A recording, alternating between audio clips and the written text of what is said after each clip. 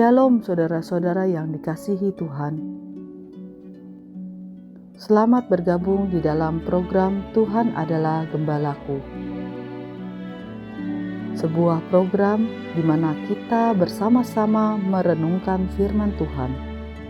Firman yang meneguhkan iman agar kita hidup menyenangkan hati Tuhan dan menjadi berkat bagi sesama.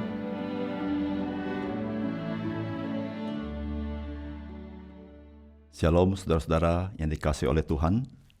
Selamat berjumpa kembali di dalam program Tuhan Adalah Gembalaku. Saudara, saya percaya setiap kita ingin masuk dalam rencana Tuhan. Namun saudara-saudara, yang menjadi pergumulan kita adalah bagaimana caranya kita hidup di dalam rencana Tuhan. Seringkali kita ingin melakukan rencana Tuhan di dalam cara kita sendiri, saudara-saudara.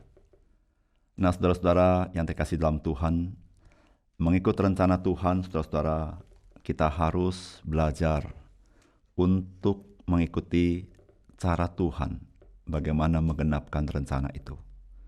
Saudara, inilah yang akan kita renungkan pada hari ini. Mari kita membaca firman Tuhan yang terdapat di dalam Matius pasal yang kedua, ayat 13 sampai dengan 23. Saudara, demikianlah firman Tuhan. Setelah orang-orang Majus itu berangkat, nampaklah malaikat Tuhan kepada Yusuf dalam mimpi dan berkata, "Bangunlah, ambillah anak itu serta ibunya, larilah ke Mesir, dan tinggallah di sana sampai aku berfirman kepadamu, karena Herodes akan mencari anak itu untuk membunuh dia." Maka Yusuf pun bangunlah, diambilnya anak itu serta ibunya, malam itu juga, lalu menyingkir ke Mesir, dan tinggal di sana hingga Herodes mati. Hal itu terjadi supaya genaplah yang difirmankan Tuhan oleh Nabi, "Dari Mesir kupanggil anakku." Ketika Herodes tahu bahwa ia telah diperdaya oleh orang-orang Majus itu, ia sangat marah.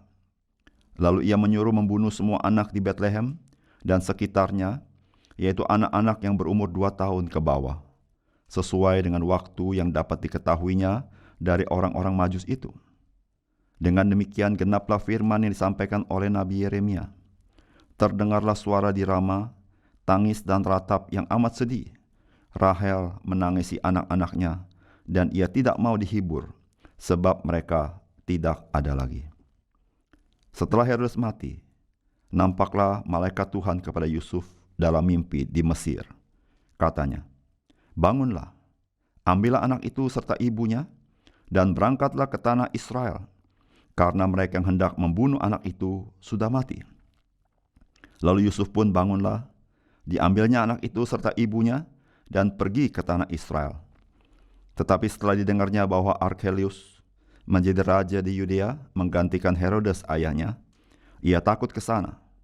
Karena dinasihati dalam mimpi, pergilah Yusuf ke daerah Galilea. Setibanya di sana, ia pun tinggal di sebuah kota yang bernama Nazaret. Hal itu terjadi supaya genaplah firman yang disampaikan oleh nabi-nabi, bahwa ia akan disebut orang Nazaret.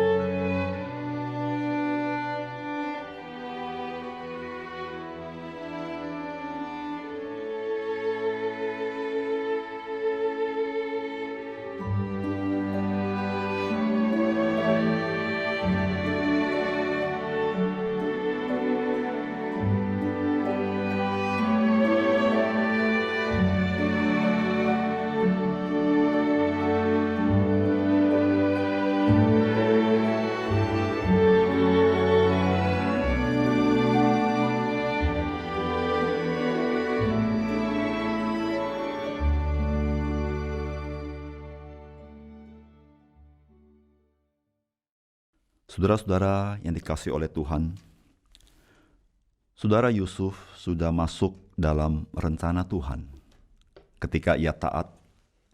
Pertama mengambil Maria menjadi istrinya, bahkan dia juga menamakan bayi Maria itu dengan nama Yesus.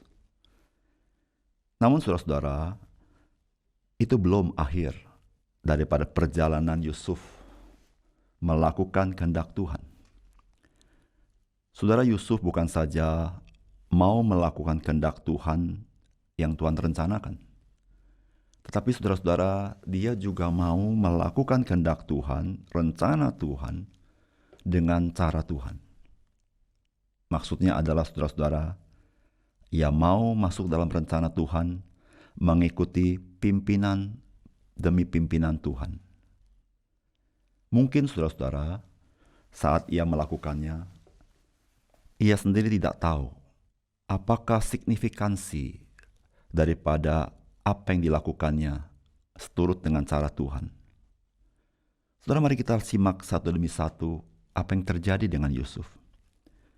Saudara, pertama-tama, saudara-saudara, Tuhan memerintahkan Yusuf membawa Yesus dan ibunya ke Mesir.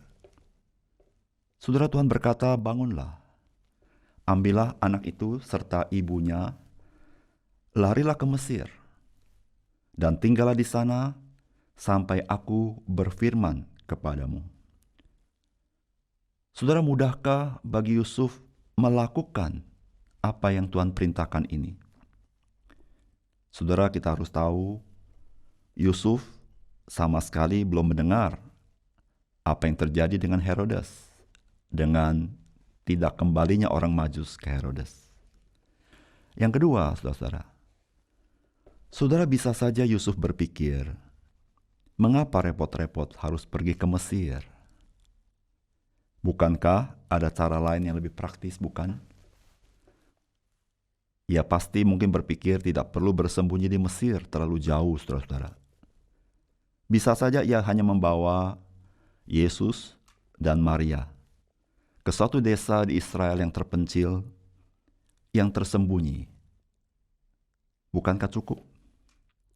Tapi saudara-saudara perhatikan, Yusuf tidak mengkompromikan sedikit pun daripada nasihat firman Tuhan. Saudara, Yusuf mengikuti pimpinan Tuhan sepenuhnya. Ia membawa Yesus dan Maria ke Mesir. Meskipun itu artinya, saudara-saudara, dia harus melewati jalan yang cukup jauh. Dan saudara, perjalanan jauh pada zaman itu adalah harga yang harus dibayar yang cukup tinggi. Karena pada saat itu, saudara-saudara, perjalanan bukan perjalanan yang aman dan mudah. Tetapi saudara perhatikan, Yusuf, dia mengikuti cara Tuhan. Saudara, dia tidak tahu apa signifikansinya. Tetapi Alkitab mencatat, ia telah menggenapi apa yang tertulis di dalam kitab suci. Hal itu terjadi supaya genaplah yang difirmankan Tuhan oleh Nabi. Dari Mesir, kupanggil anakku. Yang kedua, saudara. Saudara, Tuhan memerintahkan Yusuf membawa Yesus dan ibunya kembali ke tanah Israel karena Herodes sudah meninggal. Dan saudara perhatikan, ia melakukannya. Tentu dengan kesadaran bahwa Yesus adalah Mesias, anak Allah. Maka saudara-saudara, secara logika, maka Yusuf mengajak Yesus ke Yudea, yaitu ke Yerusalem. Karena disitulah saudara-saudara pusat religiusitas daripada orang-orang Yahudi. Bukankah ini pemikiran yang sangat baik? Bukankah pemikiran yang sangat proper mengajak Yesus kembali ke Yerusalem? Namun saudara-saudara, setelah Yusuf tiba di Israel, Yusuf mendengar bahwa yang menjadi raja di Yudea adalah Archelaus. Maka dia mulai takut, saudara. Dan saudara perhatikan, Tuhan memberikan pimpinan kepada Yusuf agar membawa Yesus ke Galilea. Saudara-saudara yang dikasihi oleh Tuhan, Yudea dan Galilea adalah dua region. Apa yang membedakan dua region ini? Galilea adalah region yang menjauh dari Yerusalem. Yudea adalah region yang dekat dengan Yerusalem. Saudara-saudara, pada zaman itu, semakin jauh dari Yerusalem, semakin tidak religius kota itu, saudara-saudara. Nah, saudara-saudara kasih dalam Tuhan, tetapi Tuhan menasihati Yusuf membawa Yesus ke Galilea, dan Yusuf kembali ke kampung halamannya di Nazaret. Saudara, Yusuf tidak tahu apa makna semuanya itu, saudara-saudara. Tetapi Alkitab mencatat, dan dengan demikian menggenapi Yesus disebut orang Nazaret. Saudara-saudara yang dikasihi Tuhan, Yusuf bukan saja punya tanggung jawab melindungi Yesus dari kejaran Raja Herodes. Yusuf bukan hanya melalui semuanya itu dengan caranya sendiri, tetapi saudara-saudara, Yusuf juga masuk dalam rencana Tuhan supaya Yesus yang adalah Mesias itu menggenapi seluruh tulisan di dalam Perjanjian Lama. Saudara-saudara yang terkasih dalam Tuhan, jalan Tuhan pasti ada maksud Tuhan. Rencana Tuhan pasti ada maksud Tuhan. Dan saudara-saudara, seringkali kita tidak mengerti maksud Tuhan itu. Disitulah saudara-saudara betapa sulit bagi kita yang ingin melakukan rencana Tuhan, tapi juga harus menjalaninya sesuai dengan cara Tuhan kepada kita. Saudara-saudara yang kasih dalam Tuhan, Tuhan punya rencana, Tuhan punya cara bagaimana menggenapi rencananya. Saudara-saudara, maukah kita, selain kita mau taat kepada rencana Tuhan, kita juga mau setia kepada pimpinan daripada Tuhan? Saudara, mungkin saudara sebagai orang tua pernah ditanya oleh anak saudara, "Papa, apa maksudnya semuanya ini?" Saudara, kita suka menjawab sebagai orang tua seperti ini, saudara. "Nak, sekarang kamu belum mengerti, nanti kamu akan mengerti." Saudara, mungkin Tuhan berkata seperti itu kepada kita. Ketika Tuhan memberikan petunjuk kepada kita untuk melakukan seperti ini dan itu, lalu kita bertanya, "Tuhan, apa maksud semuanya itu?" Mungkin Tuhan mau berkata kepada kita, "Anakku, kamu belum mengerti sekarang, tapi nanti engkau akan mengerti." Saudara-saudara yang kasih dalam Tuhan, mari kita berjalan dengan iman kita. Mari kita berkata, "Tuhan, saya mau taat kepada cara-Mu, meskipun saya belum mengerti." Saudara-saudara yang kasih dalam Tuhan, mari kita mendoakan hal ini. Kita mengisi hidup kita sesuai dengan pimpinan Tuhan. Kita doakan keluarga kita, kita doakan anak-anak kita doakan pasangan hidup kita, supaya kita semua masuk dalam rencana Tuhan dan menjalani kehidupan sesuai dengan cara Tuhan. Mari kita berdoa. Bapa kami yang di dalam surga, kami bersyukur Tuhan bukan saja memberitahukan rencana-Mu bagi hidup kami, menyatakan kehendak-Mu dalam hidup kami, tetapi di dalam kami menjalankan rencana Tuhan, Tuhan juga memberikan pimpinan kepada kami, sehingga kami tidak berjalan seorang diri, ya Tuhan.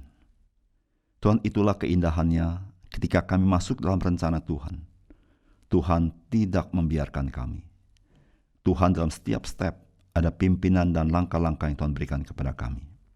Tuhan berikan kepada kami kepekaan akan pimpinan Tuhan. Lebih daripada itu, berikan kepada kami ketaatan. Meskipun kami tidak mengerti, tapi kami mau menjalankannya. Karena kami tahu, ya Tuhan, pimpinan-Mu tidak pernah bersalah. Tuhan, Engkau selalu benar, dan pimpinan-Mu, selalu ada berkat yang Tuhan sediakan bagi kami. Ya Tuhan, bantu kami. Tuhan, doakan bagi pasangan hidup kami, berdoa bagi anak-anak kami, supaya kami semua rela dipimpin oleh Tuhan, menggenapi rencana Tuhan, sehingga hidup kami ya Tuhan, boleh memuliakan nama Tuhan. Ya Tuhan, kami serahkan hidup kami kepadamu. Masa-masa yang mungkin lancar, ajar kami selalu peka akan pimpinan-Mu, dan termasuk masa-masa sulit. Ajar kami ya Tuhan, taat kepada pimpinan Tuhan, sehingga kami boleh ketika melihat ke belakang, kami tidak pernah menyesal. Kami ada tahu, Tuhan, Engkau bermaksud baik dalam hidup kami. Terima kasih Tuhan, untuk firman Tuhan yang kami dengar hari ini. Di dalam nama Tuhan Yesus kami berdoa. Amin.